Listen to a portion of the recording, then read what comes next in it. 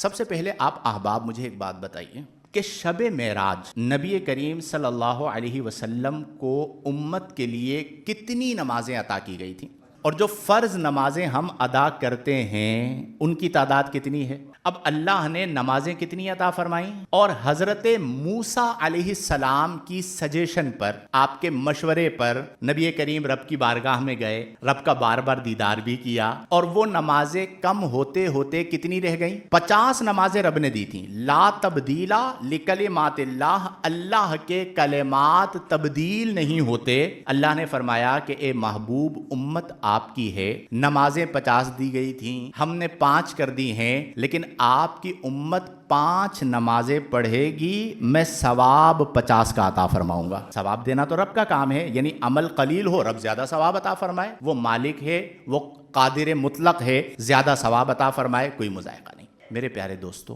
5 نمازیں رہ گئیں، ہم شب معراج میں پہنچنے والے ہیں۔ آپ سب اور میں اپنا محاسبہ کریں۔ دوسروں کا محاسبہ کرنا تو آسان ہوتا ہے، اپنے نفس کا محاسبہ کریں کہ کیا آج ان 5 نمازوں کی پابندی ہماری زندگیوں میں باقی ہے؟ ہمارے گھروں میں، ہمارے دوستوں میں کہیں نہ کہیں ہم نماز کو ترک کر رہے ہوتے ہیں۔ اور یہ یاد رکھیے کہ نماز ایک ایسی عبادت ہے جسے عماد الدین قرار دیا گیا، دین کا ستون۔ پلر ہوتا ہے نا، جیسے ابھی ہماری مسجد ہے، یہ پلر کے اوپر یہ عمارت کھڑی ہے، تو آقا کریم صلی اللہ علیہ وسلم نے فرمایا الصلاۃ عماد الدین، نماز دین کا ستون ہے۔ فمن اقامہا، جس نے نماز کو قائم کیا، فقد اقام الدین، اس نے دین کو قائم کیا۔ ومن ترکہا، جس نے نماز کو ترک کیا، فرمایا فقد ہدم الدین، اس نے گویا کہ دین کو منہدم کر دیا۔ اب آپ غور فرمائیں کہ اتنا عظیم تحفہ شب معراج میں ملا۔ اچھا، ان لوگوں سے مجھے بڑی تکلیف ہوتی ہے جو شب معراج منائیں گے پوری رات۔ اب آپ مجھے بتائیے کہ ایک بندہ ہے جو پوری رات شب معراج منا رہا ہے، محافل میں، پروگرام میں شریک ہے، اور صبح فجر کی نماز نہیں پڑھ رہا، اس سے زیادہ محرومی کی کوئی بات ہوگی؟ آپ محفل معراج میں آ گئے۔ ہمارے ہاں تو حال اب یہ ہو چکا کہ ہم بڑی راتوں کو شخصیات کے چکر میں ضائع کر دیتے۔ بڑی رات کا مطلب کیا ہے؟ آپ تلاوت قرآن کریں۔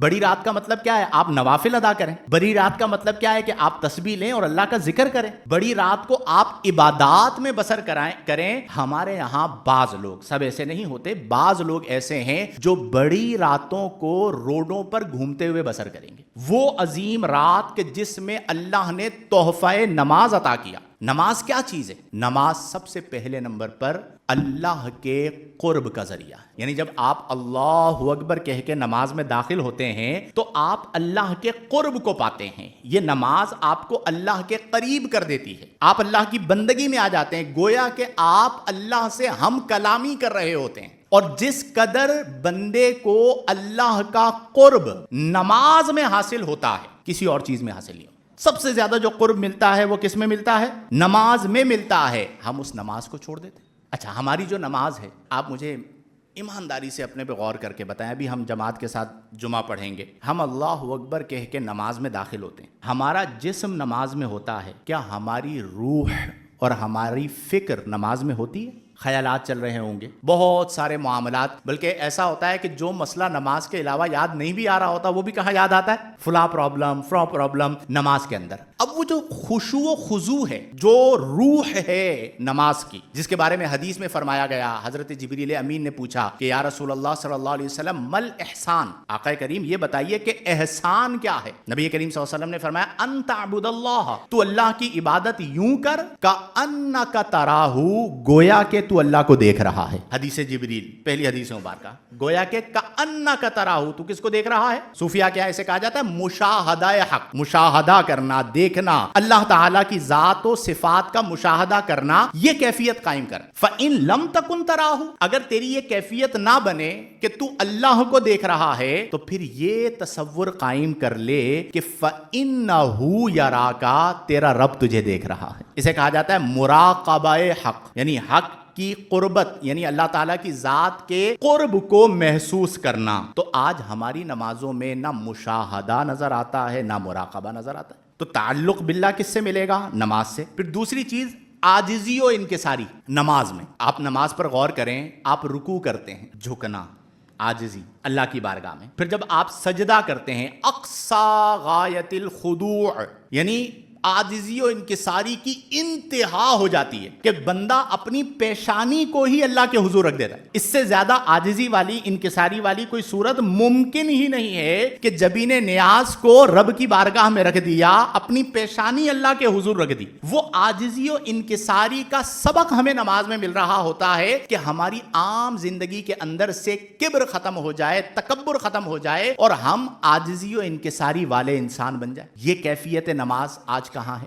نماز کا مطلب کیا ہے؟ اپنی ذات کے مشاہدے سے نکل جانا اور رب تعالی کے قرب کو محسوس کرنا. ہمارے اکابرین نماز پڑھا کرتے تھے, انہیں نہیں پتا ہوتا تھا کہ ہمارے دائیں کیا ہو رہا ہے, ہمارے بائیں کیا ہو رہا ہے. وہ اللہ تبارک و تعالی کی ذات میں, صفات میں کھو جایا کرتے تھے. ایسا خشوع و خضوع ہوا کرتا تھا. امام بخاری کا نام سنا ہے آپ لوگوں نے؟ صحیح البخاری کے مصنف, اصح الکتب بعد کتاب اللہ. ان کے بارے میں آتا ہے ایک بار نماز آپ ادا کر رہے تھے تو آپ کی قمیص میں زنبور چلی گئی, جسے بھیڑ کہا جاتا ہے, پیلے رنگ کی ہوتی ہے, ڈنک مارتی ہے شہد کی مکھی کی طرح. تو وہ زنبور چلی گئی. امام بخاری رحمہ اللہ کو اس نے 17 ڈنک مارے.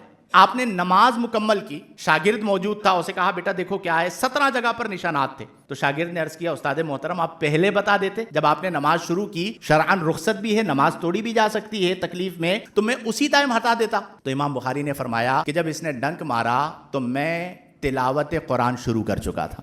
مجھے نماز میں تلاوت قرآن کی اتنی لذت مل رہی تھی کہ مجھے اس کے ڈنک کی تکلیف کا احساس ہی نہ ہوا. یہ تھی امام بخاری رحمہ اللہ کی نماز. اور ہماری نمازیں کیا ہیں؟ بعض لوگ تو حالت نماز میں برابر والوں کو کونیاں مار رہے ہوتے ہیں. کوئی بیچارہ کسی کے برابر میں ایسا نمازی آ جائے نا جو تھوڑا سا دبا رہا ہو اور وہ دبنا شروع ہو جائے تو وہ حالت نماز میں پہلوانی دکھانا شروع کر دیتے ہیں. ٹھیک ہے, ہاتھوں کو کھول دیں گے, دھکے لگائیں گے. یہ ہماری نماز ہے. تو اپنے آپ کو بدلیں, اپنی نماز کو خشوع و خضوع والا بنائیں, قرب خداوندی والا بنائیں. جب آپ اس طرح نماز ادا کریں گے تو پھر آپ کی نماز آپ پر بار نہیں ہوگی.